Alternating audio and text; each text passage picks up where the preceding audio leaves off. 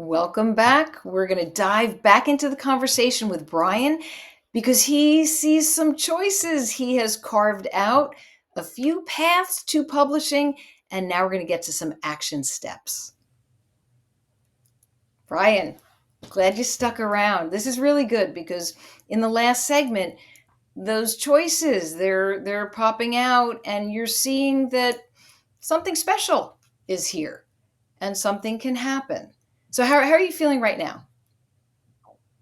I'm feeling like I'm getting some clarity on how my mindset around this project, this journey to getting a book out there that I'm proud of. Um, and I feel like there's more work for me to do to continue to explore some of the paths we've come up with and get more clear on what I'm looking for. Okay. Now, something that came up before when we were talking, the accountability piece. And I'm going to challenge you a little bit here because as an entrepreneur, you are accountable to different clients, deadlines. I can't even imagine how many deadlines you have. I know that you're also a LinkedIn learning instructor. And when you do courses, there's deadlines and scripts. How are you accountable? What do you do? I follow the timeline. Once we start some kind of engagement, no matter what kind of thing, type of project, have the final date, the kind of sub dates prior to that, and different milestones, and I kind of make a work back schedule, if you will, of what are all the different tasks we need to do to get to that point. I've tried this on my own, saying let's just table the publisher's part. Let's do self-publishing just to get this out there. Like I'm confident it will give me value in some way, but every time I'm still not able to follow it. There's what the difference is with a client or a partner or on less special tasks that I've worked on myself. They're completely self-guided with no partner. Is that like, well, hang on. With partners and clients, it's like I don't want to let them down. I don't want to ever be known reputationally as that. And then just like it's a kind of personal thing too. Like it's want to be a reliable collaborator. And then when I'm working on smaller, less special stuff that has no accountability partner, I just kind of get it done on my schedule. It's not as rigid. Um, so yeah, it's interesting that this larger special thing, it feels really heavy and Feels hard like for a me to lot. work on. Yeah, and I'm trying to break it down into smaller parts, and that's something I need to do better at for sure, kind of in line with the work back schedule I talked about for clients. I just know for a fact if I have a publisher, I have someone that I'm, contractually, need to deliver for. I don't want to let down the people I'm working with. It would just give me so much more, I guess, confidence and energy to move forward and ahead. So yeah, that's some of my thoughts that are coming up for the accountability part. Well, I think it's hard to be accountable when you've got this huge project that you're not sure how to break it down and all the pieces. What about some of your good friends in marketing who have published books?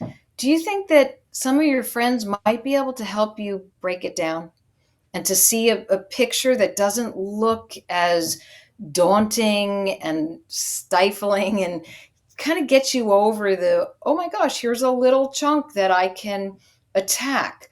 Looking at my book in terms of sections and chapters and moving it in a fashion that might feel better as a special project. And having a special person in your life, perhaps, to talk to who can say, hey, Brian, I might not be your client, but how'd you do today?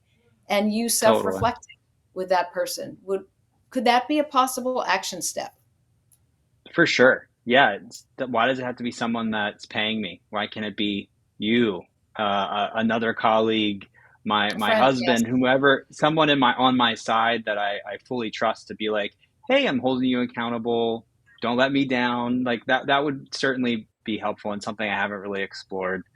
Um, that touches on, I work by myself most of the time, so I'm kind of used to taking it on my own. And then, yeah, I think you're right. I've talked at nauseum with all different kinds of colleagues and friends about their books, but I haven't really talked about this particular part of it, of like, how can I break it down to make it happen for me? I have all these really interesting privileges around this scenario. Like, it's very lucky, and I'm grateful for the publishers to reach out and stuff, but I just haven't been able to actually make it turn into anything. And I think others who have navigated this process and broken it down in a methodical way could really help me, put me on the right path.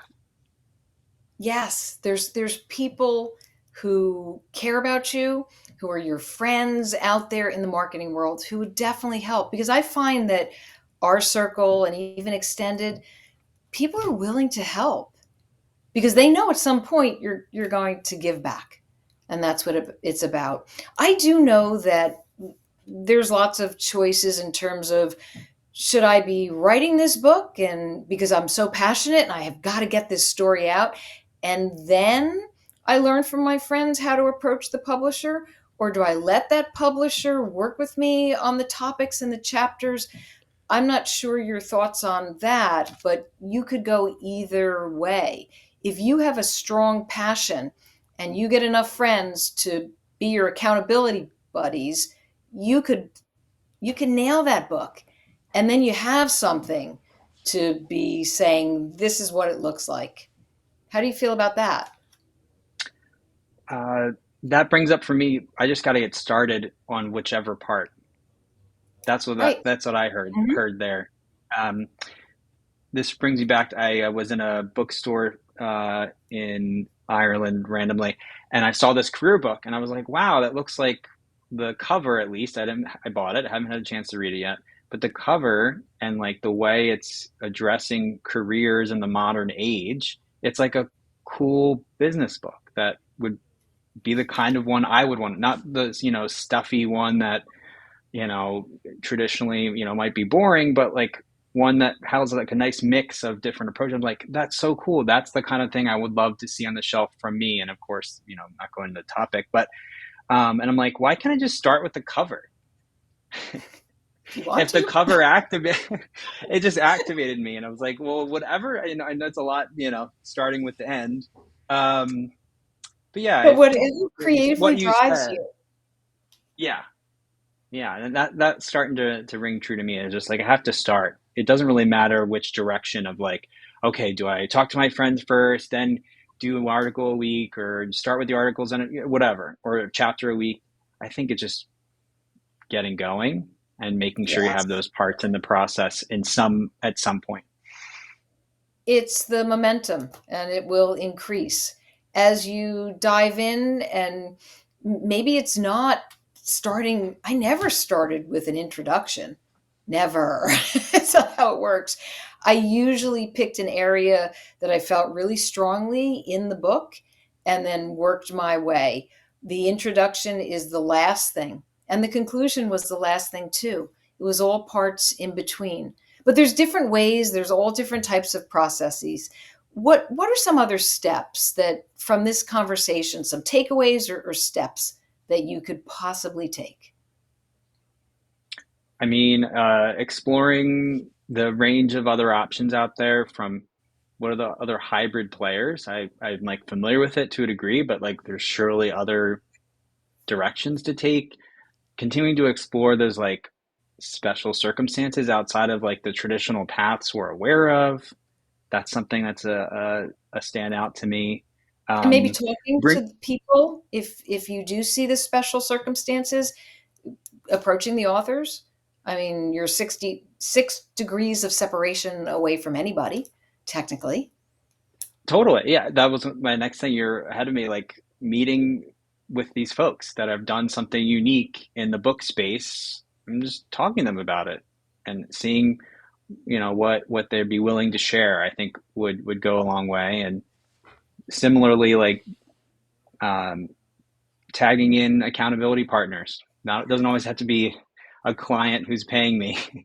It can be someone that's just on my side who wants to see me succeed. So those are some of the ones that are standing out for me right now. Good. And how do you feel now? Is it a different feeling than when we started the discussion?